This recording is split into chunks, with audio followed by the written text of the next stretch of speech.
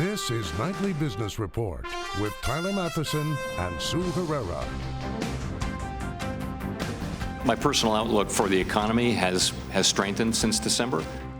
Rising odds, the Fed chief raises the possibility of 4 interest rate hikes this year, and stocks turn south. Stay tuned. Comcast readies a surprise bid for the UK broadcaster Sky, setting off a possible blockbuster battle between 3 media titans. Risky business. Protesters are pressuring companies to sever ties with the NRA. But do boycotts work? Those stories and more tonight on Nightly Business Report for Tuesday, February 27th. Good evening, everybody, and welcome. Well, the economy is strengthening, the labor market tightening, inflation nearing the Fed's target. That is what the new Fed chief, Jerome Powell, told lawmakers in his first big congressional testimony on the economy today. And while all that sounds like a good thing, to traders, it means the possibility of more interest rate hikes this year than Wall Street expects. And that sent bond yields a little bit higher and stocks sharply lower. The Dow Jones Industrial Average dropped nearly 300 points to 25,410. The Nasdaq fell 91, and the S&P 500 was off 35. Steve Leisman has more on the Fed chair's public debut. Fed Chairman Jerome Powell in his inaugural testimony before Congress giving an upbeat view on the economy, saying he expects inflation to return to the 2% target, and saying the Federal Reserve is trying to balance bringing inflation up and dealing with a potential overheated economy. And that gave the market a spook. In Powell's premiere, he opened the door in a subtle way to a potential 4th rate hike this year. He spoke with incredible authority and specificity on bank regulation, saying he wanted the Federal Reserve to reduce regulations on small and medium-sized banks. He was more market-centric than his predecessor, Janet Yellen, and showed less concern with inequality than Yellen had. Powell was asked by a member of Congress what would it take for the Fed to change its view on average that there would be 3 rate hikes this year. We've seen fiscal policy become more stimulative. So I think each of us is going to be taking the developments since the December meeting into account and writing down our new rate paths as we go into the March meeting, and I wouldn't want to prejudge that. J.P. Morgan, in a commentary after the testimony, said, quote, "Today's comments appear to open the door for others on the committee to revise their forecast as they see fit, and that Powell himself may be inclined to look for 4 hikes this year." The U.S. 10-year certainly got the message at 10:40, right when Powell made those remarks. The 10-year shot up by about 5 basis points into the 292 and 293 area. The probabilities of Fed rate hikes this year also rose. Markets now see a 97% chance of a rate hike in March, a 71% chance of a second rate hike in June, and a 66% chance of a December rate hike. A 4th rate hike given a 27% probability. That's low, but higher than it was before his testimony. Powell will testify again on Thursday before the Senate, and his first testimony next month when the Federal Reserve meets, and is expected then to raise interest rates. For Nightly Business Report, I'm Steve Leisman. Joining us to talk about the key takeaways from Mr. Powell's testimony and what might lay ahead for the economy is Michael Ferroli, Chief U.S. Economist at J.P. Morgan. Nice to have you with us again, Michael. Welcome back. Thanks. Was it the possibility of a 4th rate hike that struck you the most in his testimony, or were there other things that you found interesting? There were a lot of interesting things, but certainly I think his talking about the possible revision to the rate forecast that we could see in March, that was surprisingly candid. We have, usually Fed chairs are quite cautious in how they predict where interest rates are going, but he laid out a pretty clear case for revising growth estimates higher next month relative to the last set of forecasts, which occurred in December. So I think a lot of interesting tidbits here and there today, but I think really the confidence in growth and what that could imply for their path of interest rates was, to me at least, the most striking thing we heard today. He used a word at one point that we have not heard in Fed chief testimony in a long time, and that was overheating with respect to the economy. Do you see any signs of that, or do you see any incipient, sort of below the surface where the crocus bulbs lie idea of that? Right. I think right now you're only seeing, vague hints of that, right? So inflation is well below. Most measures of inflation are still a fair bit below 2%. That said, there's a famous saying that monetary policy acts with a long and variable lag. And so they don't want to wait until you actually see overheating before tightening rates. And I think the concern here is that as we get later into the year where there's more fiscal stimulus kicking in, that you want to have interest rates in a little bit more restrictive stance than they are now. So right now, you really have to look under the magnifying glass to see signs of overheating. But I think the concerns is that, those signs are a little more present than they were 3 or 6 months ago. And so if they're going to act proactively, they probably want to start moving interest rates as early as next month. I also was struck by how explicit the new Fed chief was. Is this a new, much more explicit and transparent Fed? And is the market really ready for that? They certainly weren't ready for it today. Well, I think there's one thing you have to keep in mind, which is, was this a different change in style relative to Yellen, or have the facts actually changed? In other words, the last time we heard from Yellen was before the spending bill, before the tax bill. And so a lot has changed in the time since we heard from Yellen versus when we heard from Powell today. And so I think it's kind of difficult to distinguish if the change in message was change in messenger or change in what is actually affecting the economy. That said, I do think Powell's style is probably a little more straightforward than either Bernanke or Yellen, who are lifelong academics, and Powell has a little more private sector experience, so perhaps he's going to be a little more candid in that respect. So we should fasten our seatbelts. Thanks, Michael. Appreciate it. Michael Feroli with J.P. Morgan. Well, an infrastructure bill may not make it out of the Senate this year. Senator John Cornyn, GOP's number 2 in that chamber, said the Senate's agenda is packed and that putting together a package to improve the nation's infrastructure would be challenging. Earlier this month, of course, the president released an outline for the legislation and the starting point for negotiations, but that seems to have hit a pothole.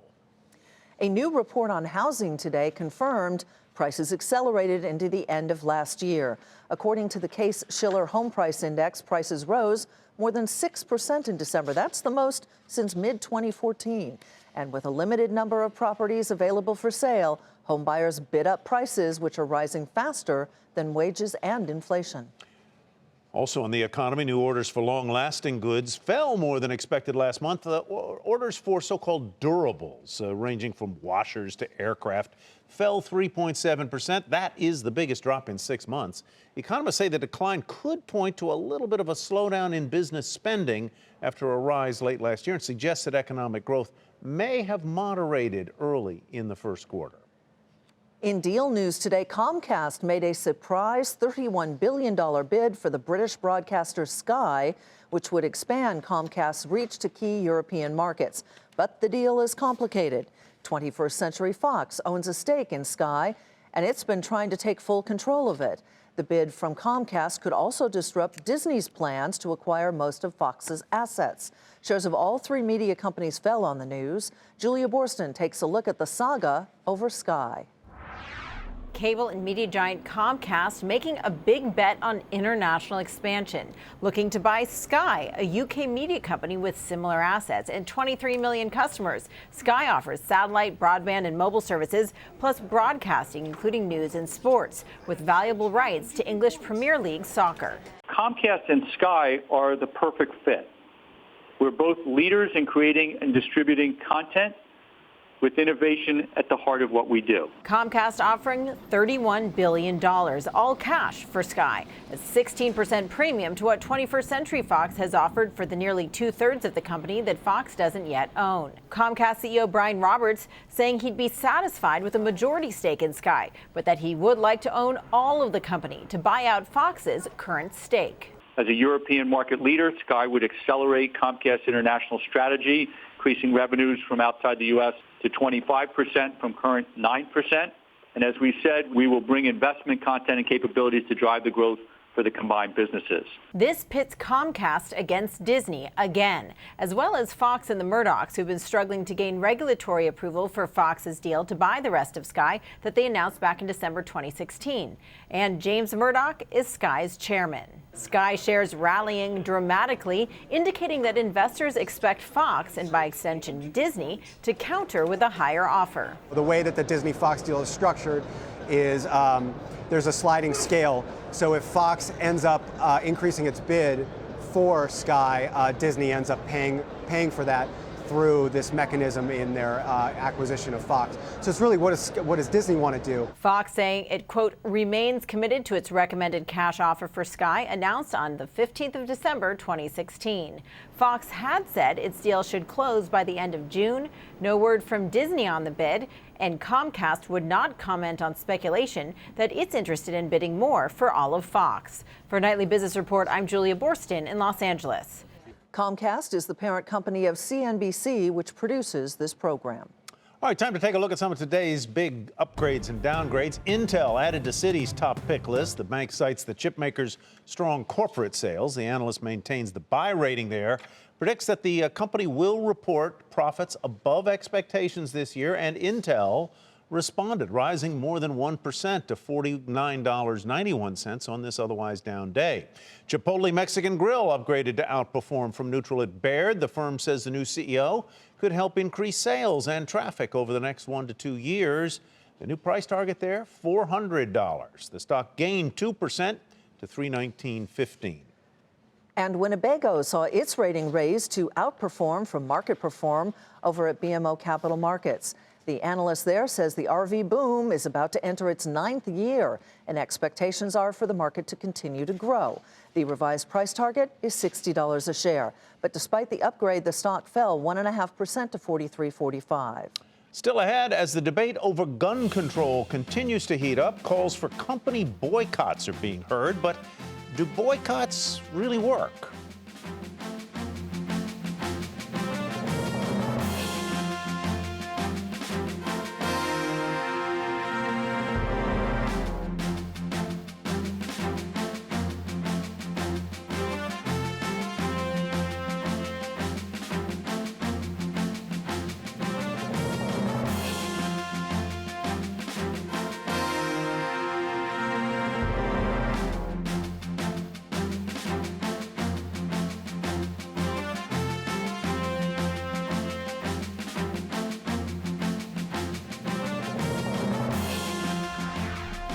Amazon to buy digital smart doorbell maker Ring, pushing Amazon into the home security market. Ring makes a popular line of video camera doorbells. The price tag was not disclosed, but news of the deal sent shares of rival home security company ADT lower.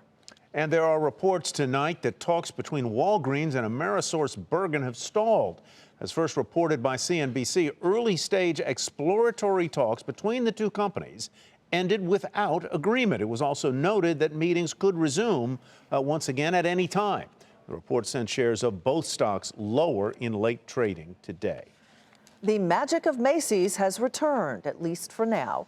The department store reported strong earnings in the most recent quarter that includes the key holiday period. The retailer also issued an upbeat outlook for the year, and that helped send shares 3% higher in trading today.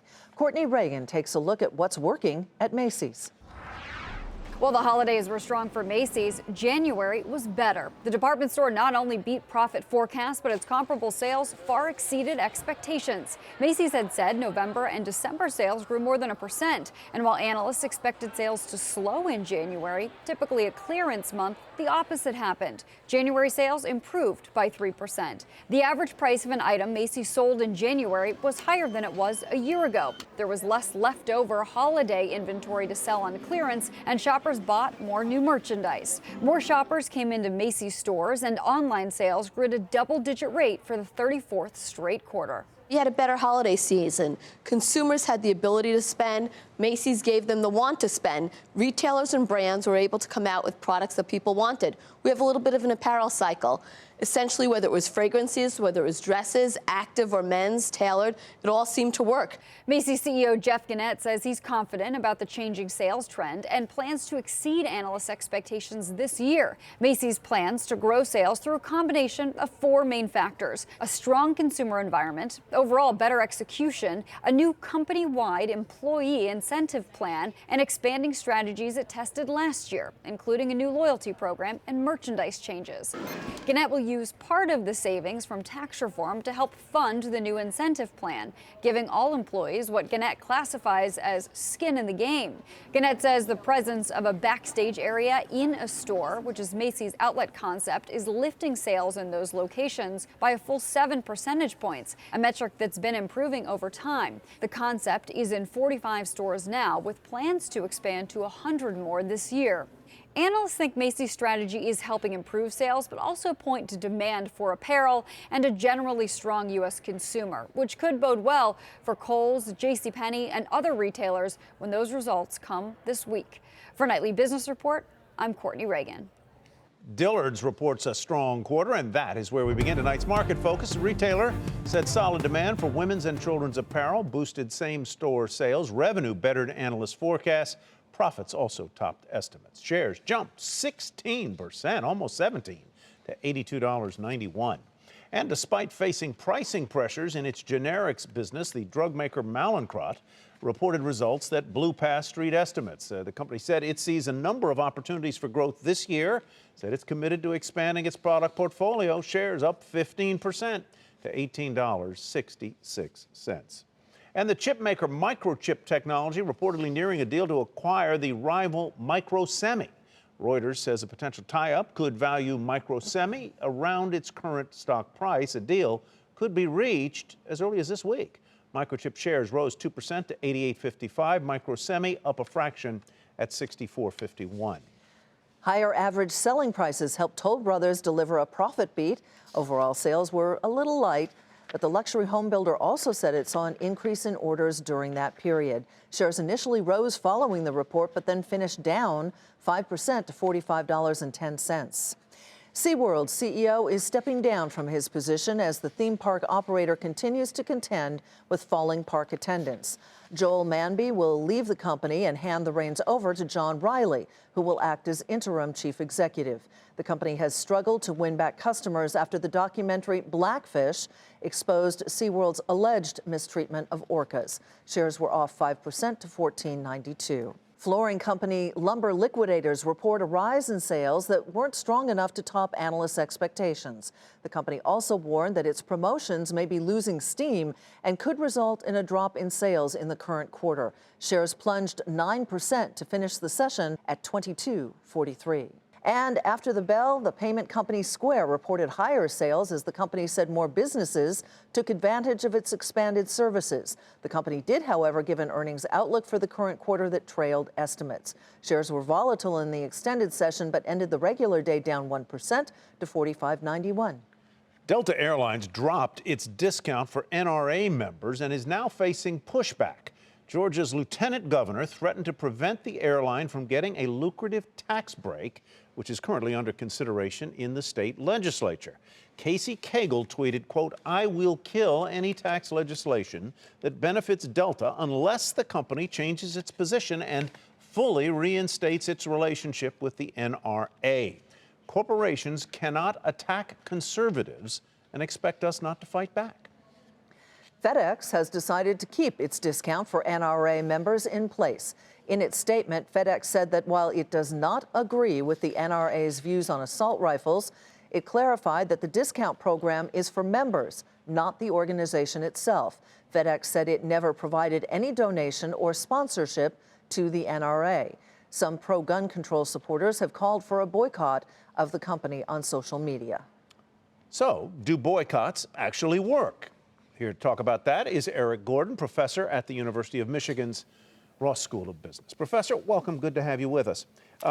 Here, some pro-gun control folks have said boycott FedEx because they're not cutting their discount with the NRA. Do boycotts work?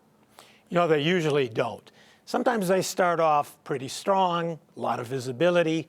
6 to 12 months later, they disappear almost without a ripple. They usually do not work. You know, Professor, it seems as though this discussion, and we mentioned this last night with the guests that we have, is much more heated than other social issues have been in the recent past anyway. Does that change the dynamic for a company or not? that could make this one, this boycott, these boycotts, threatened boycotts, the exception. What'll be interesting is to see whether the reaction, the sentiment, the emotions are just as strong 90 days from now as they are today. But if they are, this could be the exception where the boycott actually does have an effect. If a company is pressured to do something, let's take the case of FedEx, get rid of its discounts for NRA members, couldn't you then have a counter boycott of individuals who say, well, you just damaged me. I'm an NRA supporter. We're going to boycott you. Yeah, for every reaction, there's another reaction.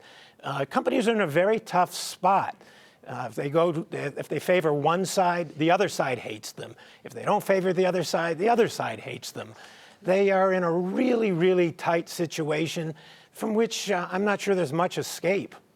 You know, Professor, are we now, as a society, and maybe as shareholders, if it's a publicly traded company, viewing businesses differently? You know, the moral sense that apparently the expectation is that a company needs to have, do the right thing, whatever that right thing is in the circumstance. Yeah, we do hold companies to moral standards. The old idea of, well, business is business and has nothing to do with morality, those days are long gone. People look to companies to be strong moral forces, where moral forces mean that the company does what you agree with. You seem to be saying that consumer boycotts tend to sort of run out of steam. The issue gets out of the news cycle and moves on to something else. But what about disinvestment? What about investment companies that pull their shares out because they don't like a company's environmental stance or the products that they sell or whatever? Yeah, that can hurt a company. I mean, no CEO lives to see another day if the stock price tanks. So that's one way of putting a lot of pressure on the company. The question is, at the margin, how many shares work that way, and how many shares are just in index funds where nothing happens? Yeah, this has been raised in exactly this context because BlackRock, the big index fund company, is a major holder of a couple of the gun manufacturers that make AR-15 style assault rifles, and the company, BlackRock, has had a social responsibility core, so it's a very tricky issue for them. Eric Gordon with the University of Michigan's Ross School of Business, thank you so much for your time tonight. My pleasure. Coming up, a plane makeover. Will changing the inside of an aircraft drive revenue higher?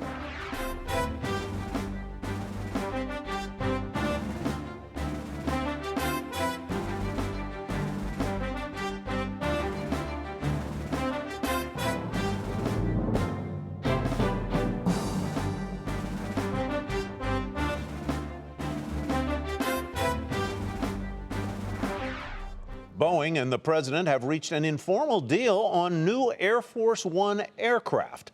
According to the White House, President Trump negotiated a $3.9 billion fixed-price contract for the new planes. This follows years of intense negotiations between Boeing and the Air Force. The White House says the deal saves taxpayers more than $1.4 billion compared with the original price. JetBlue is reportedly looking to replace some of its jets. According to Reuters, the airline met with Canadian plane maker Bombardier and plans to meet with Brazil's Embraer this month. JetBlue is reportedly looking to replace a fleet of about 60 planes. The company says it's exploring a full range of its options. While airlines are trying a new approach to drive greater profits, they are retrofitting the interiors of their planes so they all have the same number of seats, and it could lead to fewer passengers getting bumped from flights when aircrafts get pulled out of service. Phil LeBeau is in Everett, Washington. Call it an airplane makeover. American Airlines is retrofitting its fleet of Boeing 777s, stripping out some of the plane's standard main economy seats and replacing them with premium economy seats that are slightly bigger and have more legroom. American believes differentiating its cabins with more seat choices will appeal to customers willing to pay a little more for a higher level of service. There are certain products that customers that some of our customers are willing to pay for and certain that they aren't. So, for example, Basic Economy today is a product that allows us to match the fares that are on the ultra low cost carriers like the Spirits of the world, but it doesn't have all the same amenities like the ability to change your seat or the ability to earn or the ability to even bring on a bag that can't fit under the seat. It takes less than a week to give a 777 a makeover. Workers not only put in new seats, they're also rewiring the entire plane. And when they're done, American will have standardized its fleet of 777s, so they all have the same number of seats. That's important because for years, different planes within an airline's fleet have often had different numbers of seats. So if one plane has to be replaced by another at the last minute due to an unexpected issue, there are not always enough seats for the passengers booked on the flights. Sometimes a flight gets oversold for whatever reason, or one flight gets canceled and they have to consolidate people on the remaining flights. That means that there's a bit of Russian roulette going on. Sometimes somebody gets bumped down. Airlines want to try to reduce that from happening. American says there should be fewer last-minute rebooking headaches once it finishes retrofitting its planes. That should not only help with the bottom line, but make for happier travelers when their planes are replaced at the last minute. Phil LeBeau, Nightly Business Report, Everett, Washington. Before we go, here's another look at how the major averages fared today. It was another yo-yo of a day. The Dow dropped nearly 300 points when it was all said and done to 25,410. The Nasdaq was off about 91 points, about 1.25%. S&P 500 was off 35. 2018 is not 2017. No, it's not. By the way, it's great to have us back nice together to be back again, together. right? In a little while. That'll do it for us tonight. I'm Sue Herrera. Thanks so much for joining us. I'm Tyler Matheson. Good to be back. Yeah. Have a nice evening, everybody. We'll see you tomorrow.